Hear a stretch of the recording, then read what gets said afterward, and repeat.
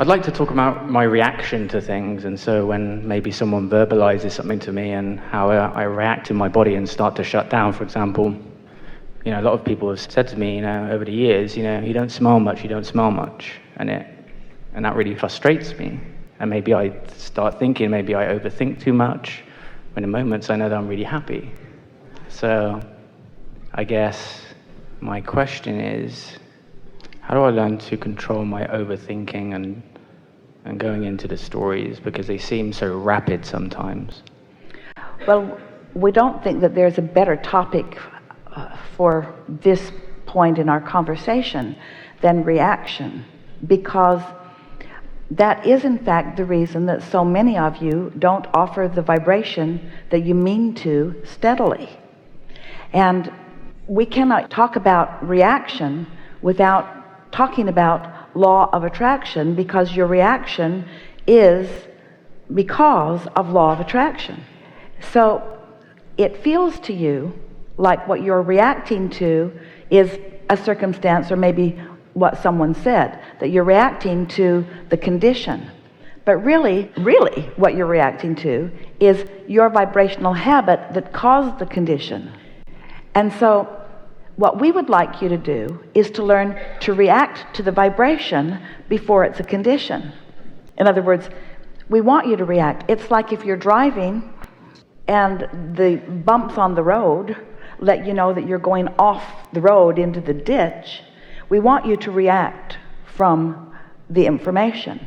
And so getting yourself in alignment is about reaction, isn't it? It's about using your guidance system. How could anyone effectively use their guidance system if they're not reacting to the guidance or adjusting to the guidance? So when you talk about reacting, if you are talking about reacting to a comment or reacting to a situation, we want to say it's natural that you would, it's just a little too late. Because once it has come so far that you're having that experience, of course, then the reaction becomes part of your experience. So it really is about catching it earlier. It's about caring about the way you feel and catching it as early as you can, yes? I've been using meditation as a practice for... That's a really good way to practice a vibration. How do I tell the difference, you know, between that gut feeling and that head and those different thoughts that are coming in on maybe a decision to make or something to go for? We've been talking a lot about inspiration, but we want to remind you all here today that that feeling of inspiration is that feeling of being called. It's really a feeling of momentum.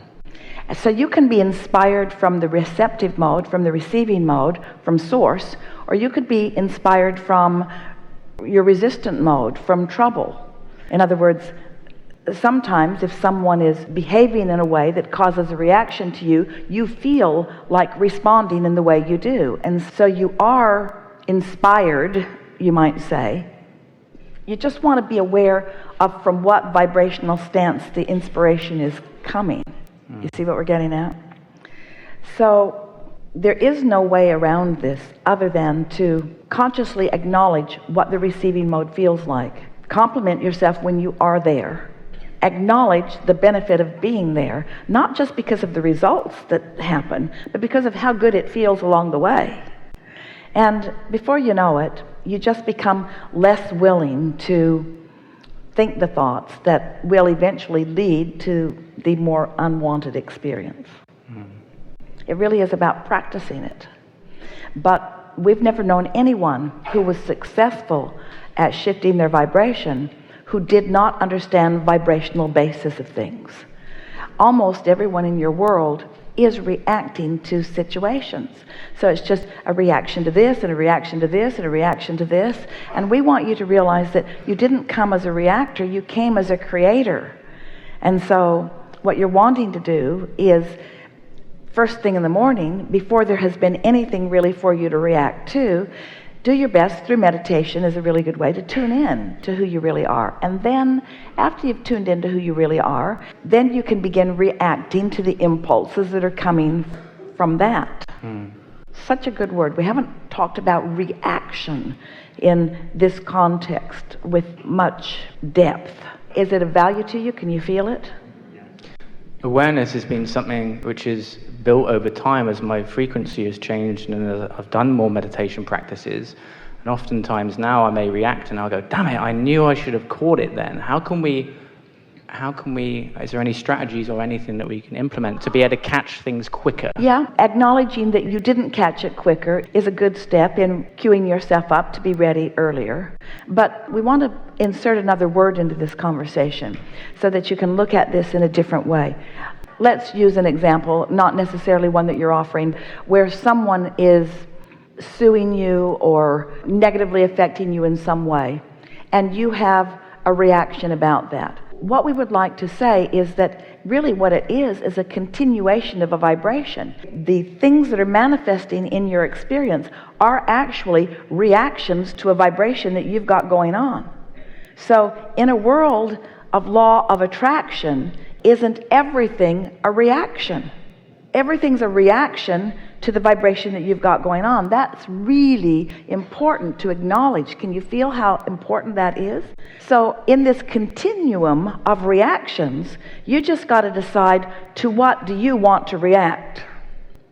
And what vibration do you want to practice to which you know the universe will respond or react?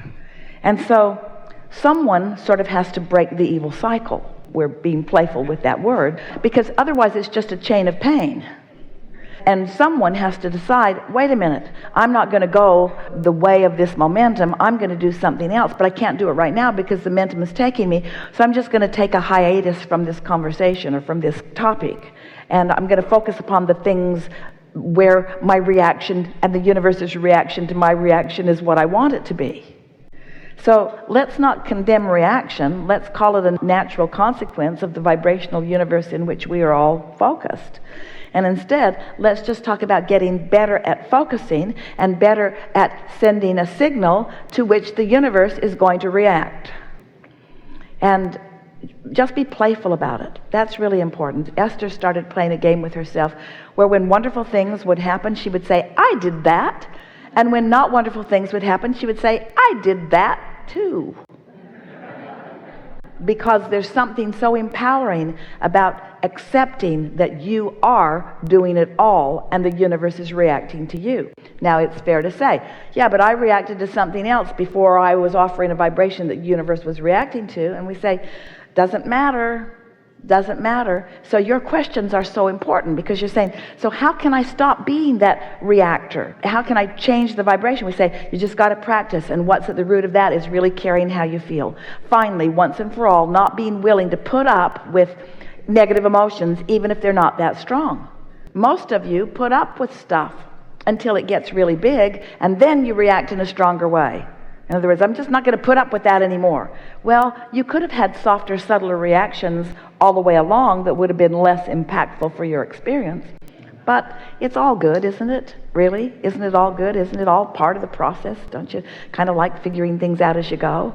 And so maybe the strongest thing that we'd like to say to you is, if you can resist the temptation to beat up on yourself about things and just say, well, this is good, or I needed that, or that was good clarification for me, or I'm glad that happened because now I understand this, or now I've put more into my vortex, or in other words, just find a way of making peace with yourself. Do everything you can to make yourself feel better about yourself. Is that the same when fear arises and it takes over? Doesn't matter what it is. Fear is just a stronger momentum. Fear as opposed to frustration, or fear as opposed to even overwhelmment. Fear is an indicator of a stronger discord, which could mean some different things. It usually means this really matters to you and you're in opposition to it. And it also usually means that you've been practicing the vibration and you've allowed the momentum to become quite strong. That usually means that you could have stopped it at many opportunities at an earlier time. But there's a lot of justifying that almost everyone does about why you didn't. And usually it's just because you didn't take the time or because you're too busy. That's a big factor for so many of you. You get yourself so task-oriented and so time-sensitively task-oriented that you don't feel like you have the luxury of time to process things or to find a better thought. But you can soothe that a lot with a very small habit. And that is, if we were standing in your physical shoes, the first thing in the morning, we would decide before we sleep even, that in the morning we're going to get this day off in a more deliberate vibrational pattern. And we would wake up, drink and eat something, brush your teeth and wash your face and get yourself feeling comfortable. And then we would sit and quiet our mind for 15 minutes until any resistant vibration is no longer pressing. And then we would set forth gentle intentions about how we want to feel for this day. Esther will write things. We encouraged her some months ago to just pick one emotion that you really enjoy and focus on it for maybe as much as 5 minutes after you've meditated. And so Esther started out with the word fun. Fun. Just focused on fun. And just really said the word fun until the feeling of fun sort of began coming over her. And what she began to notice is that after a day or two or three of spending about 5 minutes just focused upon the idea of fun, fun things would occur to her. And she started scheduling more fun things to do for herself or for herself with others, just more fun things. And then once she had found the fun of that, then the word that she chose was clarity. I like the feeling of clarity. And in order to really amplify how nice the feeling of clarity is, she put it up against the feeling of confusion. And she played that game, confused or clear-minded. And there was something about that feeling of confusion. And then just to make sure that she was focusing it the way she meant to, she thought about that foggy feeling or that unfocused feeling where, what did I do with my keys, or where is my phone, or what have I done with something? And then she thought, clarity. I know where my keys are. I know where I've put them. I know where my phone is. And then after a while it went further, that feeling of being in the right place at the right time, and the timing of saying something just right, and the meeting of other people who were there, and the parlaying of the idea up and up and up and up and up, till that feeling of clarity became sort of an intoxicating addiction, one that she almost was not willing to leave her room until she was sure that she had accomplished the feeling of clarity. And even though oftentimes she left her bedroom where she had been meditating and doing her processes before she had accomplished the feeling of clarity, because the feeling of clarity is a reaction to some things, isn't it? But just playing that game, she started noticing how clear she was, how easy the day unfolded, how good her timing was, how many things rendezvoused with her, and she knew that this process was working for her, you see. Jerry and Esther have a friend who is a therapist. She has lots of credentials, and she counseled, or at that time was counseling, quite a few people. And we were talking about the idea of scripting, which is like telling the story the way you want it to be, putting the components in it the way you like it. I did this and it felt like this, and then I did this and it felt like this. So this woman had some people who she was assisting, one of them her son, who is a really good carpenter. He makes finished furniture. He was the best around, but he didn't have any business. And so she just began focusing on him and thinking about his success, because it was pleasurable to do, much more pleasurable than reacting to his reality. And because he was removed enough from her, she took pleasure in this game. So she wasn't doing it to try to fix something. She was doing it for the pleasure that it gave her. And then she began noticing that his phone began ringing and things began happening, and she realized that she was amplifying something about him and meeting him on the level of his desire. And he was close enough to the vibration of his own receiving that it made a big difference in his experience. So the reason that we tell you this story is because we want you to realize that you have the potential of really uplifting anything that you turn your attention to, provided you can find that upliftment first. And now what we want to encourage is that you do something about what you feel, and what it always is lean toward the more positive. That's all. That's all it takes. Just reach for a little better feeling thought every time you get that sensation, and then watch what begins to happen.